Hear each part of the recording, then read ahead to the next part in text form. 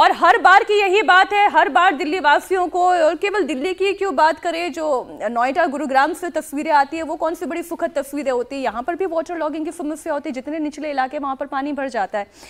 बात पानी से बढ़कर अब नोएडा में कम से कम आप बेहतर पोजीशन में है। मैं नोएडा में आया हूं, कहीं भी ऐसा वाटर लॉगिंग आपको बहुत ठीक है। पिछली बार भी जब बहुत बारिश हुई थी, जब दिल्ली सचमुच बहुत बुरे हाल में थी, तब भी नोएडा में हर दिन हम लोग कम से कम अपने आसपास देखते थे तो इस तरह के खराब हालात नहीं थे। और तब भी हमने ये बात की थी कि दिल्ली इसको क्यों नहीं ठीक कर पा रहा है, जबकि दिल्ली के पास साधन संसाधन सुविधा ज्यादा बेहतर है। बिल्कुल सही। अब हम अगली खबर की बात कर लेते हैं, ब्रांड हिंदुत्व की बात कर लेते हैं। आप उत्तर प्रदेश के नतीजों को देखें, उसके बाद एक सवाल जो मन में दर्शकों के भी पैदा होता है, कई सारे रिएक्शंस आते हैं, सोशल मीडिया पर भी चर्चा होती है, तो ये पूछा जाता है कि क्या अखिलेश यादव का पीडीए हिट हो गया। जो निष्कर्ष हो रहा है नतीजों के बाद, फिर कई दफा निष्कर्ष हुआ है, कहानी कुर्सी की में भी हुआ है, और ये चर्चा हुई कि क्या हिंदुत्व की जो बात थी वो क्या धीरे धीरे उतनी ताकतवर, उतनी पावरफुल अब नहीं दिखाई देती, या कुछ हलकों में कहें कि क्या वो थोड़ी सी फ्लॉप भी हो जाती है। ये मैं किस लिए कह रही हूँ कि देखिए, पहले तो अयोध्या में बीजेपी का हार जाना, फिर समाजवादी पार्टी के नेता अखिलेश यादव का अवधेश पासी को लेकर हर बार सामने दिखाई देना, और उसके बाद फिर उनका ये भी कह देना, एक रिएक्शन तो मैं ये भी सुन रही थी जिसमें उन्होंने अवधेश पासी को अपने बगल में खड़ा किया और फिर मीडिया से कहने लगे कि ये हैं अयोध्या के राजा। तो ये क्या, ऊपर से कंगाली में आटा गिला। आप देखें अयोध्या में जिस तरीके से पानी भरने लगा, एक खबर ये भी चलाई जाने लगी कि राम मंदिर है, राम मंदिर में छत टपकने लगी है। हालांकि उसका भी फैक्ट चेक हमने किया कि राम मंदिर में ना गर्भगृह में कहीं पानी है, ना कहीं कोई छत टपक रही है, वो कंड्यूटर वाली स्थिति है। वो कंड्यूटर जॉइंट से जिस तरीके से पानी की निकासी होनी चाहिए वही हो रहा है, क्योंकि अंडर कंस्ट्रक्शन है अभी भी राम मंदिर।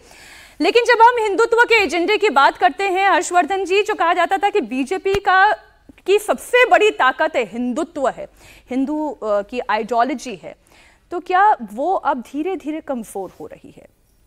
देखिए, हर बार जब भारतीय जनता पार्टी कहीं भी चुनाव हार जाती है तो ये सवाल खड़ा होता है, लेकिन न तो हिंदू आइडेंटिटी कमजोर हो रही, न हिंदुत्व कमजोर हो रहा है। हाँ, भारतीय जनता पार्टी के लोगों का आत्मविश्वास जरूर ऊपर नीचे होता रहता है, और विशेष करके जब आप सत्ता में आ जाते हैं तब आपका आत्मविश्वास और कमजोर हो जाता है। उलट है, भारतीय जनता पार्टी के कार्यकर्ता सत्ता में आने के बाद उनका आत्मविश्वास नहीं, अहंकार भले बढ़ जाता हो, आत्मविश्वास कमजोर पड़ता है।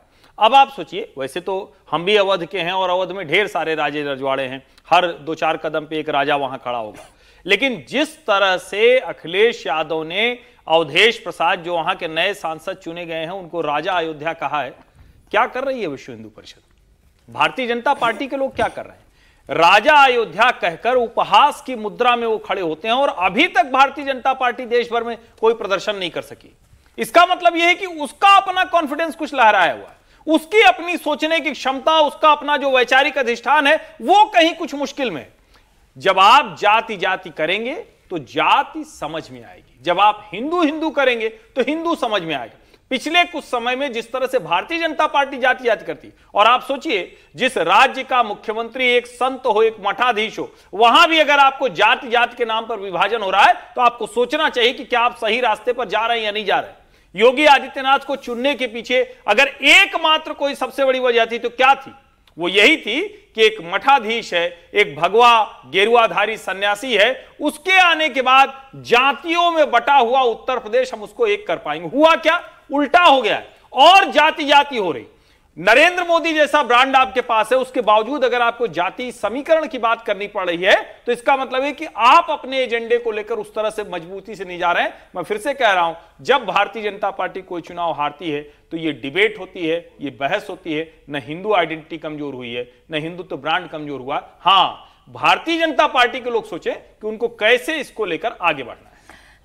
देखिए, अभी काशी की ही तस्वीरें हैं, प्रधानमंत्री मोदी के पूजा करते हुए तस्वीरें भी सामने आई हैं। जिस तरीके की चर्चाएं हो रही थी समीर जी कि इस बार तो मार्जिन बहुत बड़ा होगा। आज इस वक्त अखिलेश यादव क्या कह रहे हैं, राहुल गांधी क्या कह रहे हैं, कांग्रेस पार्टी, समाजवादी पार्टी यही तो कह रही है कि आप अपनी भी सीट में मार्जिन को रिपीट नहीं कर पाए, बढ़ाना तो दूर की बात है बल्कि आप घट गए, 68% कम हो गया। बिल्कुल, तो इसका मतलब तो यह है कि क्या हिंदुत्व के ऊपर जाति विभाजन ये कार्ड चल गया? देखिए, मुझे लगता है कि जो परिणाम आए उत्तर प्रदेश को लेकर खास तौर से, वो एक आंधी थी जो नाराजगी थी भारतीय जनता पार्टी के कार्यकर्ताओं की, वो आंधी के रूप में आई और भारतीय जनता पार्टी को 33 सीटों पर लाकर टिका दिया। तो ये जरूरी नहीं है कि जो अभी परिणाम आए वो आने वाले विधानसभा चुनाव में भी आएंगे। मुझे लगता है विधानसभा चुनाव में भारतीय जनता पार्टी तीसरी बार पूर्ण बहुमत की सरकार बनाएगी। ये एक संदेश था, एक नाराजगी बतानी थी कि जिससे हाईकमान और भारतीय जनता पार्टी समझ जाए कि वो टेक इट फॉर ग्रांटेड न ले। जाति का समीकरण चले, जाति जमकर चली है और जाति के कारण ये पूरा हुआ है। इसके अलावा कुछ और भी मुद्दे रहे होंगे, क्योंकि ये कहा जाता है कि भाई आपने मंदिर बना दिया, सब कर दिया। तो प्रधानमंत्री मोदी जब 2014 में पीएम बने थे तो प्रधानमंत्री मोदी ने एक बहुत महत्वपूर्ण बात कही थी। उन्होंने कहा था कि गरीबी का कोई धर्म नहीं होता, भूख का कोई पंथ नहीं होता और निराशा का कोई भूगोल नहीं होता है। तो बोले सिर्फ मंदिर के नाम पर आपको वोट नहीं मिलेंगे, आपको गरीबी का भी पेट का ध्यान रखना पड़ेगा। तो मुझे लग रहा है कि सिर्फ मंदिर के नाम पर आपको वोट नहीं मिलेंगे, बेरोजगारी उसमें रही होगी, महंगाई उसके अंदर रही होगी, जातिगत समीकरण का अलग रहा होगा, कार्यकर्ताओं की नाराजगी अलग रही होगी। जिस तरीके से दूसरे दल के नेता आपके आकर पार्टी के अंदर एक बड़ी भूमिका ले रहे हैं और कार्यकर्ता उपेक्षित महसूस कर रहा है, उसकी एक बड़ी भूमिका रही होगी। तो बहुत से कारण रहे होंगे इसके अंदर। पार्टी इसको बहुत गंभीरता से विचार कर रही है, लेकिन यह कह देना कि हिंदुत्व का मुद्दा फेल हो गया, ऐसा नहीं है। देखिए, जब बाबरी मस्जिद गिरी थी तब नरसिंह राव ने 4 सरकारें बर्खास्त कर दी थी। मध्य प्रदेश की थी, उसमें उत्तर प्रदेश की थी, राजस्थान की और हिमाचल प्रदेश की। 6 महीने बाद चुनाव होते हैं, साल भर के बाद भारतीय जनता पार्टी राजस्थान में बहुत मुश्किल सरकार बनाती है, बाकी तीनों चुनाव हार जाती है। तब यह कहा गया कि बाबरी मस्जिद के कारण भारतीय जनता पार्टी सत्ता से बाहर हो गई है, लेकिन ऐसा नहीं था। बाद में भारतीय जनता पार्टी बढ़ती चली गई, आज उत्तर प्रदेश की सबसे बड़ी पार्टी बन गई है। तो ये कह देना कि एक चुनाव हार गए उससे हिंदुत्व फेल हो गया, ऐसा नहीं है। हिंदुत्व भारतीय जनता पार्टी का सबसे बड़ा ब्रांड है, हिंदुत्व भारतीय जनता पार्टी की पहचान है और भारतीय जनता पार्टी कभी हिंदुत्व की पहचान नहीं छोड़ सकती, जो उसका कोर आधार रहा है।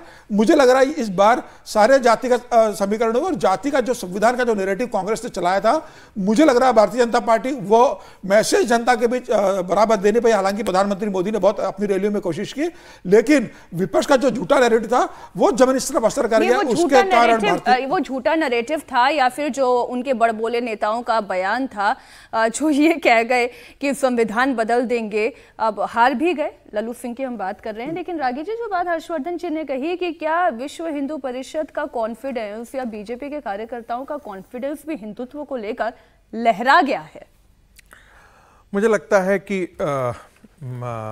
यदि आप देखेंगे कि जब सर तन से जुदा के नारे लगे इस देश में, तो हिंदू समाज से जैसी प्रतिक्रिया होनी चाहिए थी वो हिंदू समाज से वैसी प्रतिक्रिया नहीं आई। हम प्रेस कॉन्फ्रेंस करते रहे, हम बातें करते रहे, लेकिन जिस प्रकार की प्रतिक्रिया आनी चाहिए थी उस प्रकार की प्रतिक्रिया वाकई दिखाई नहीं दिया। मुझे याद है एक बार सैयद शहाबुद्दीन ने कहा था हम लॉन्ग मार्च निकालेंगे, तो अशोक सिंघल जी ने कहा था हिंदू समाज इतनी बड़ी प्रतिक्रिया करेगी कि शहाबुद्दीन का लॉन्ग मार्च, शॉर्ट मार्च सब भूल जाएगा। और शहाबुद्दीन ने तब लॉन्ग मार्च क्या, शॉर्ट मार्च भी नहीं निकाला था। दूसरी बात, देखिए, न हिंदुत्व न खत्म हुआ है, न हिंदुत्व की धार खत्म हुई है। जो लोग उसके साथ हैं वो क्या आज उस पर जमे हुए हैं, क्या पक्का है क्या?